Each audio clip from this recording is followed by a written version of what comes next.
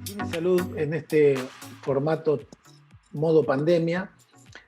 Seguimos utilizando la técnica de online, juntándonos con amigos a hablar sobre patología que nos interesa. Hoy una patología muy interesante, enfermedad vascular periférica. Es una patología muy importante y que no se le da la importancia necesaria a nivel ni de los médicos ni de los pacientes. Y muchas veces los pacientes llegan tarde a la consulta y a veces los médicos nos demoramos en interactuar rápidamente para evitar esas obstrucciones hagan un daño mucho más importante a nivel de las piernas.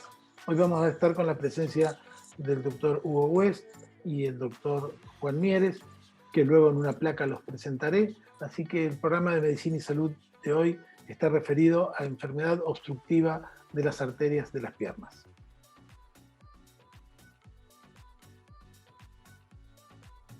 Bueno, como ya hemos dicho, estamos en presencia de los doctores Hugo Alfredo West, Juan Mieres, ya los he presentado.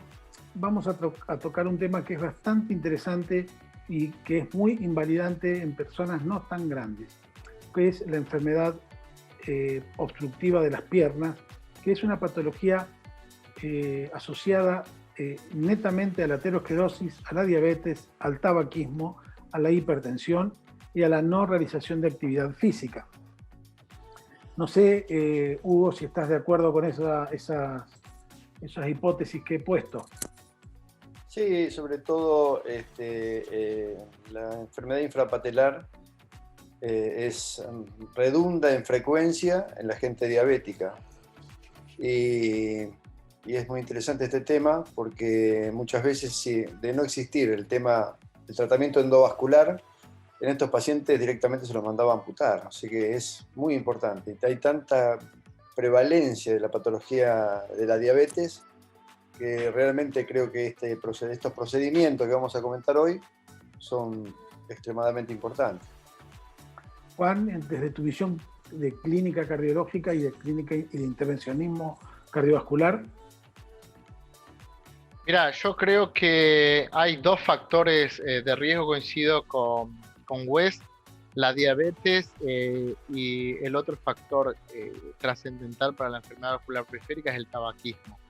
Es una enfermedad en sí desbastante que quizás no tiene toda la atención médica y de soporte que tiene otras patologías que son tan importantes en la enfermedad cardiovascular como es un infarto agudo del miocardio o un ACV, pero la enfermedad periférica tiene el mismo riesgo de mortalidad en el mediano y en el corto plazo, hablando de una enfermedad vascular severa, ¿no?, que las otras patologías.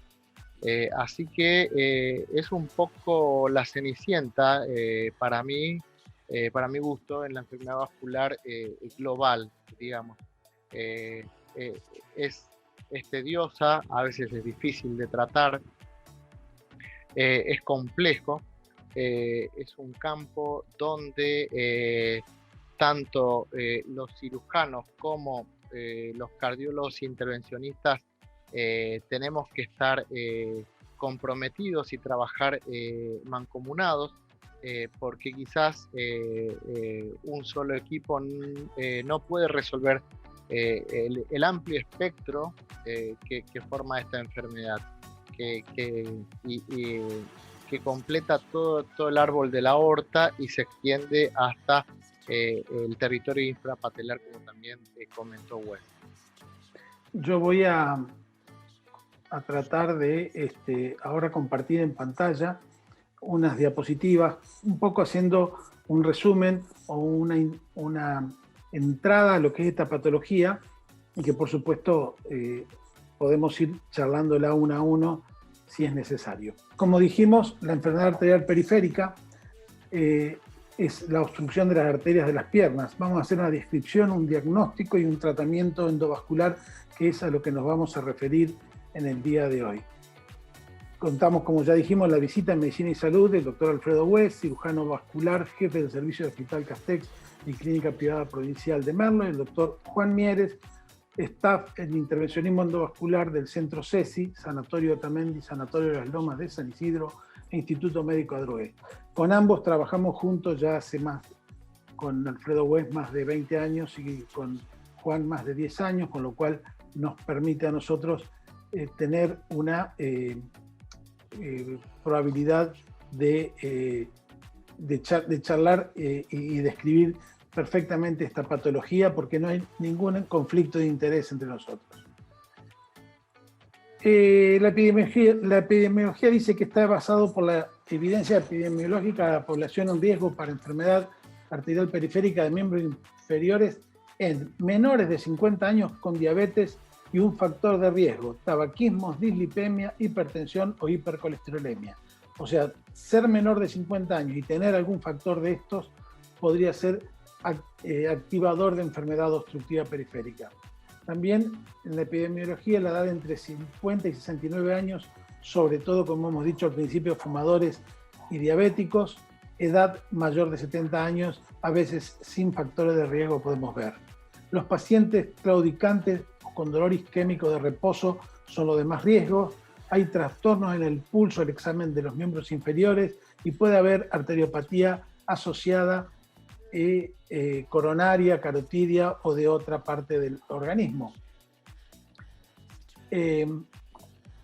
La historia natural de la enfermedad arterial periférica como manifestación de una enfermedad sistémica suele ser lenta y progresiva, que es lo que decía el doctor Mieres, lo que erróneamente induce a pensar que su evolución puede ser benigna.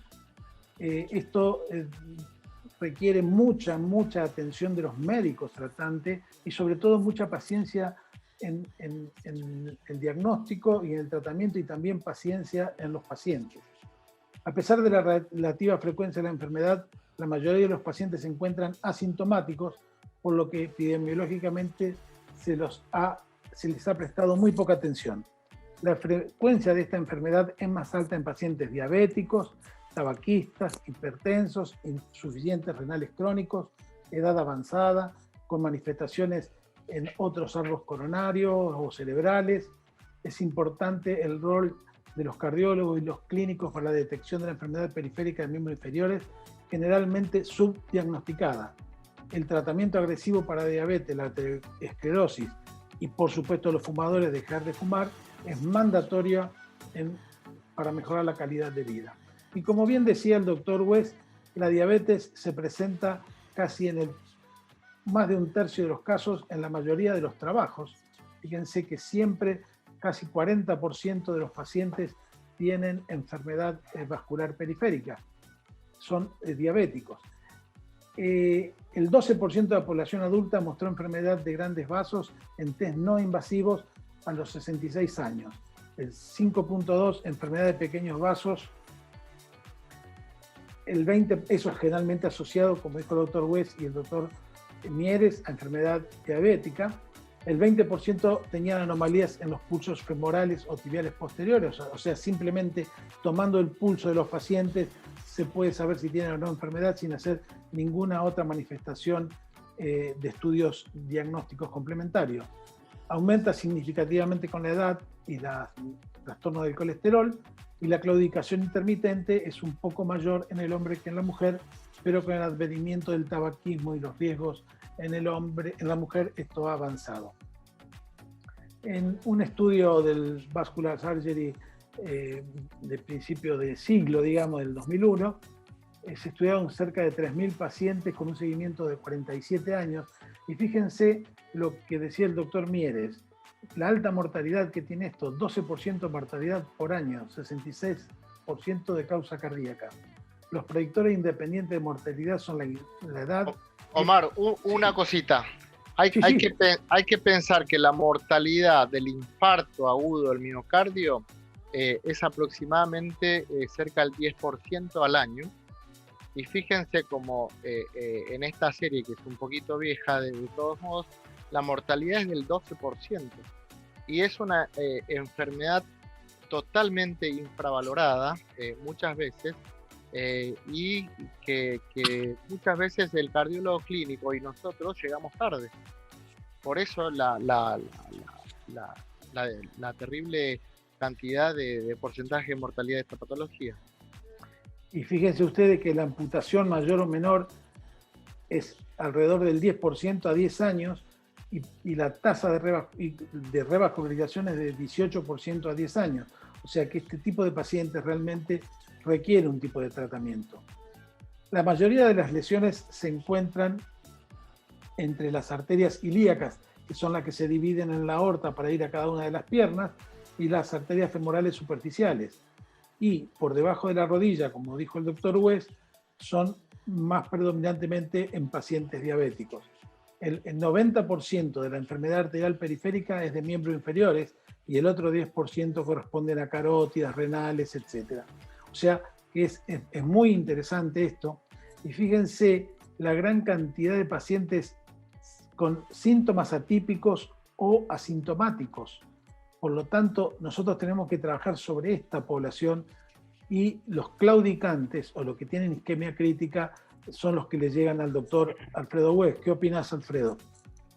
En realidad nos llega de todo, pero los claudicantes es lo más frecuente de atender en el consultorio. Es más, un porcentaje escaso o menos del 20% más o menos de esos pacientes claudicantes llegan a cirugía. Y un gran porcentaje andan bien con tratamiento médico. Tenemos que diferenciar la población diabética de los exclusivos de los pacientes fumadores, tabaquistas.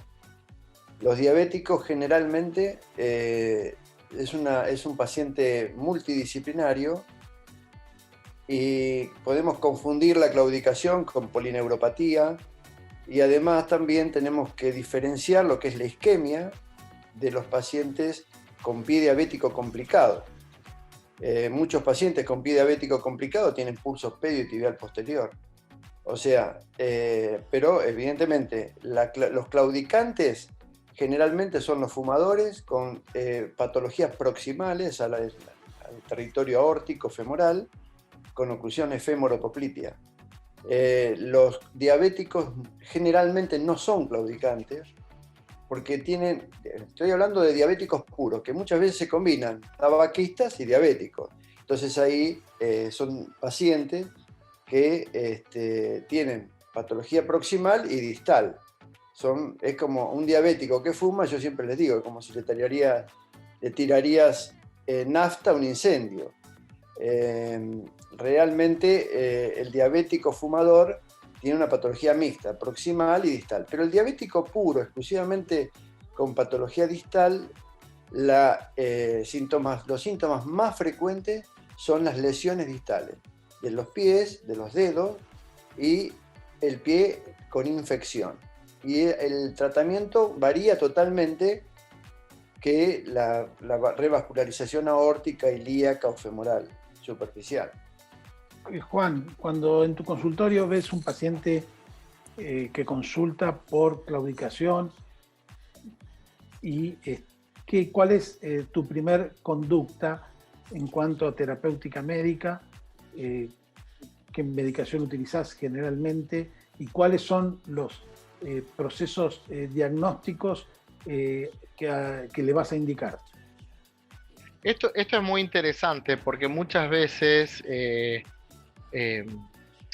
la asistencia médica ha dejado un poco de lado algunos conceptos básicos y algunos cuidados básicos que todo buen médico tiene que seguir haciéndolo. Estoy hablando del examen físico, y el examen físico en esta patología es de suma importancia, porque el simple gesto de palpar los pulsos y palparlos adecuadamente en todo el trayecto tanto en los pulsos femorales, que son los pulsos que se palpan en la ingle, los pulsos popliteos, que son los que se palpan detrás de la rodilla, y dos pulsos que se palpan en el tobillo, que son el pedio, el que va por adelante del pie, y el tibial posterior, el que va atrás del maleolo externo. Son claves para hacer el diagnóstico comparando con los pulsos de los miembros superiores. Y ahí estamos haciendo lo que clásicamente es la diferencia entre el pulso o la presión braquial y la diferencia o el índice de brazo-tobillo. Y con eso tenemos un gran porcentaje de diagnóstico hecho.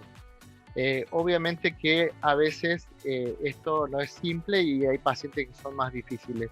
En estos casos la herramienta del ecodoppler vascular periférico es muy importante, y ya como un elemento más importante tenemos a la tomografía con contraste, que nos brinda una adecuada información de la anatomía y los sitios potenciales de obstrucción. Esto como herramienta diagnóstica, y como herramienta terapéutica, el primer elemento es el control agresivo de los factores de riesgo, que esto es muy importante para el paciente, o sea, el control de la hipertensión, control del colesterol y control de la diabetes. En un momento Wes había dicho que esto es multifactorial, o en los diabéticos requiere de que la suma de los profesionales actúen adecuadamente.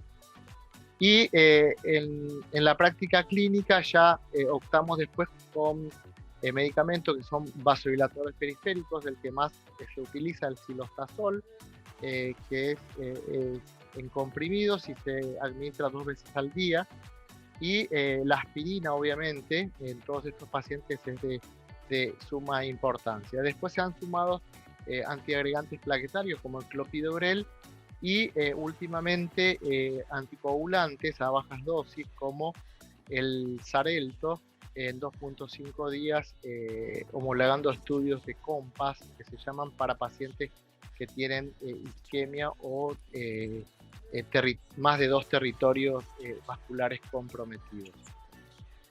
En esta diapositiva que estamos viendo, Alfredo, coincidimos que la isquemia crítica la evolución en un año, el 50% de los pacientes están vivos, sin amputación, y el otro 50%, la mitad están amputados y la mitad tienen mortalidad cardiovascular del 25%.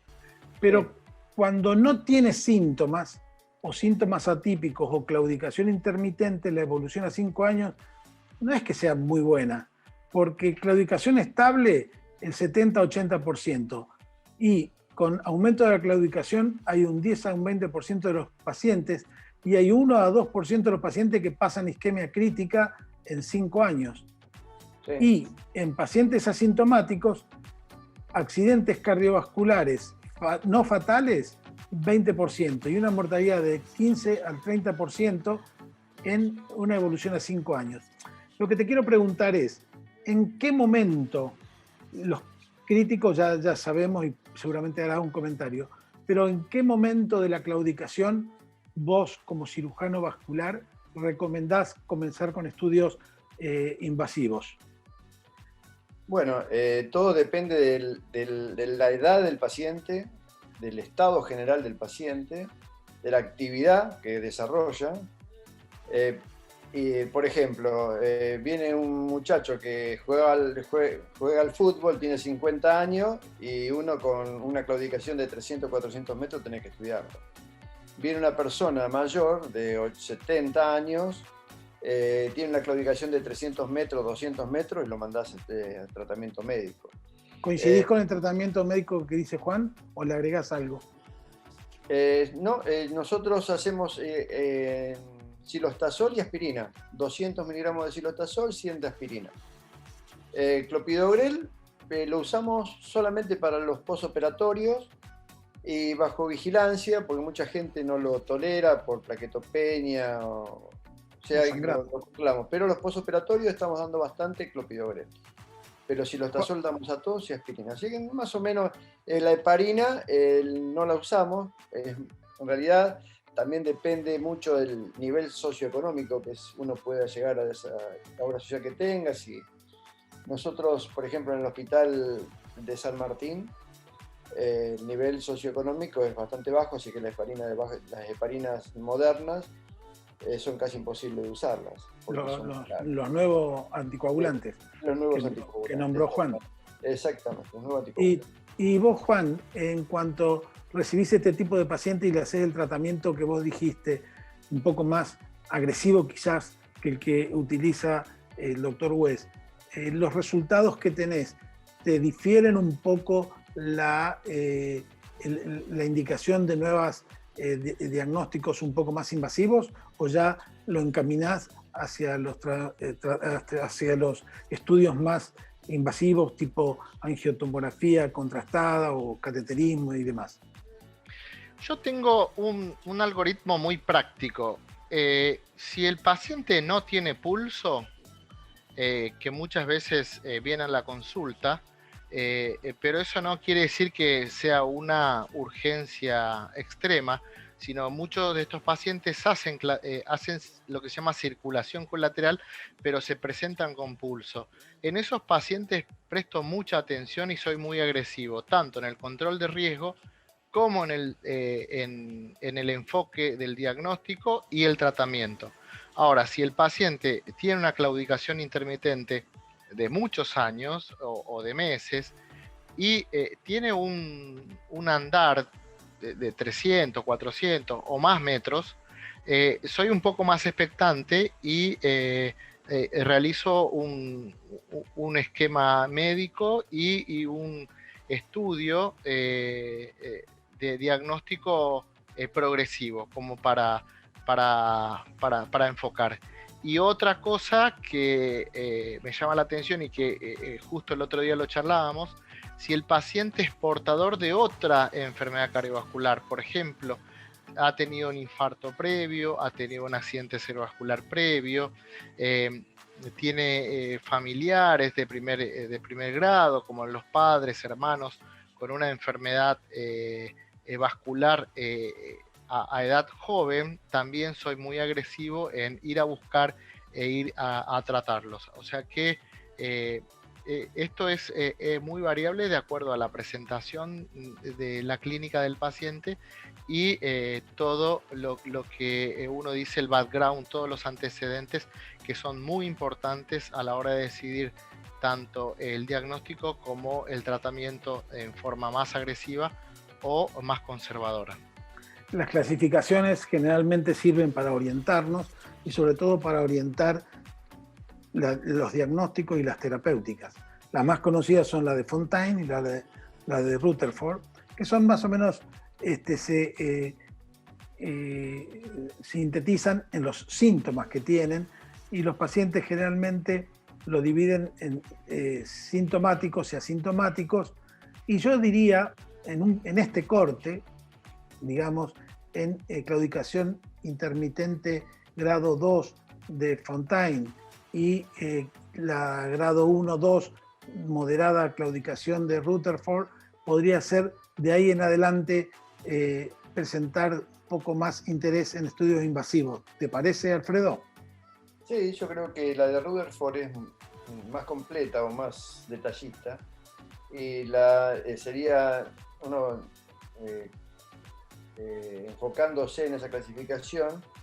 En el estado 2-3, ahí ya tenemos que entrar en una ya pensando que hay que tratarlo en forma invasiva, en forma endovascular o bypass. Después se verá con los estudios realizados, ya sea angio-TAC multislide o angiografía. Hoy por hoy la angiografía sigue siendo el gold estándar, pero ya después del grado 2-3 ya uno piensa en tratamiento invasivo.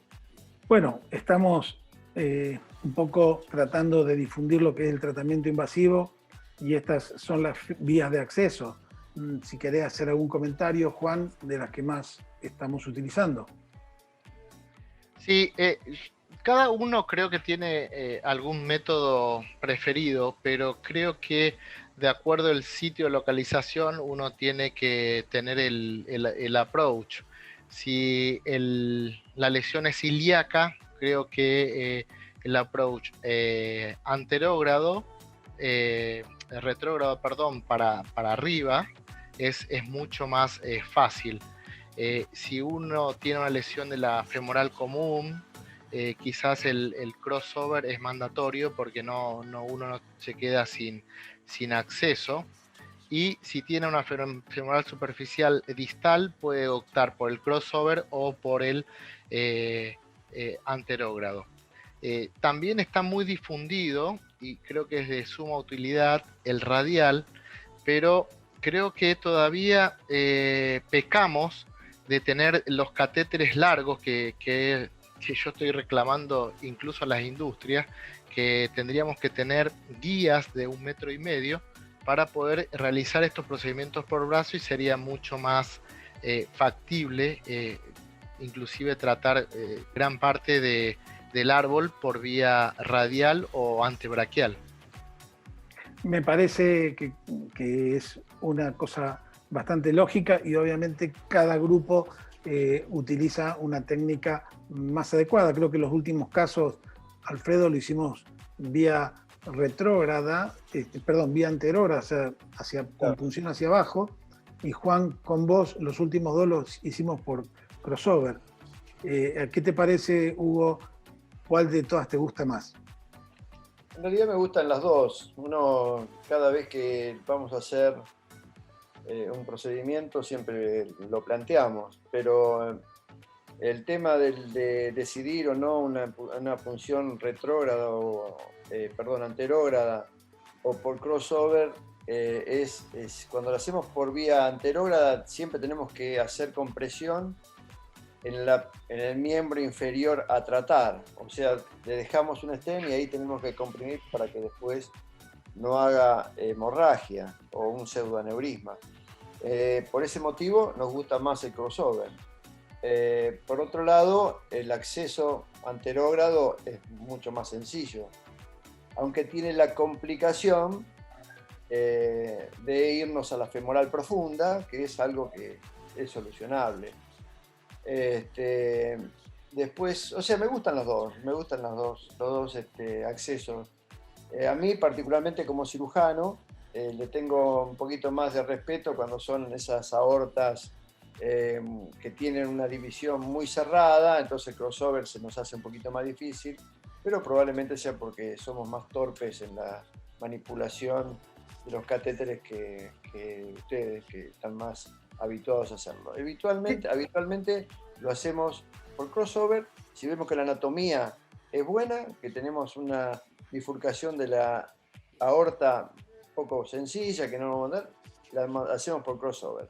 Si no, la hacemos por punción anterógrada. Es indudable que lo que comentaba Juan al principio, de este tipo de terapéuticas, hacerla en conjunto ayuda, porque toda la tecnología o la técnica que utiliza el cirujano, que no está en manos de los intervencionistas, por supuesto son muy importantes. A veces se necesitan hacer accesos vasculares realmente quirúrgicos para poder hacer una angioplastia mucho más sencilla, un acceso más sencillo, porque no siempre por punción podemos ingresar a todos los sitios. Por lo tanto, creo que lo que decía Juan, la necesidad de materiales especiales para este tipo de procedimientos es fundamental.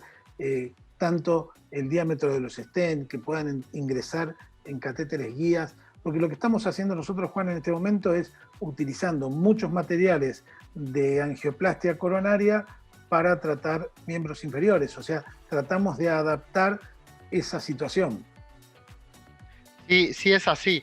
Yo creo que hasta en esto se ve que la enfermedad periférica está como relegada, porque todos los materiales han sufrido un desarrollo espectacular para la parte coronaria, inclusive carotidia y, por ejemplo, de TAVI, pero la enfermedad vascular periférica como que se tiene que nutrir de estos elementos que en sí fueron diseñados para patologías coronarias, pero por la adaptabilidad y por la flexibilidad de estos elementos, obviamente que los podemos usar sin problemas para esto, pero en sí no fueron diseñados para esto, la mayoría del material que nosotros usamos, y de a poco sí hay una revolución.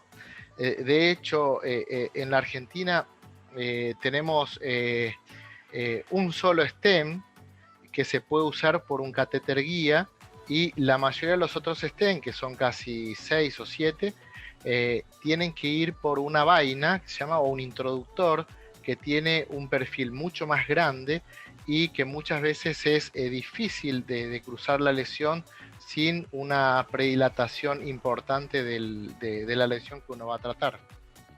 Pero bueno, esto lo vamos a tener que ver en el próximo programa, porque la charla está tan interesante que se nos ha ido el tiempo de un programa. En el próximo programa, tanto el doctor Mieres como junto con el doctor West vamos a mostrar algunos casos para que ustedes puedan tener ejemplos o visualizar cómo son los tratamientos endovasculares y cómo son los resultados y cuál es el seguimiento. Así que, bueno, en el próximo programa vamos a empezar seguramente con un caso del doctor Juan Mieres, que nos va a presentar, y luego con el doctor West presentaremos otro, y si tenemos tiempo presentaremos un tercero.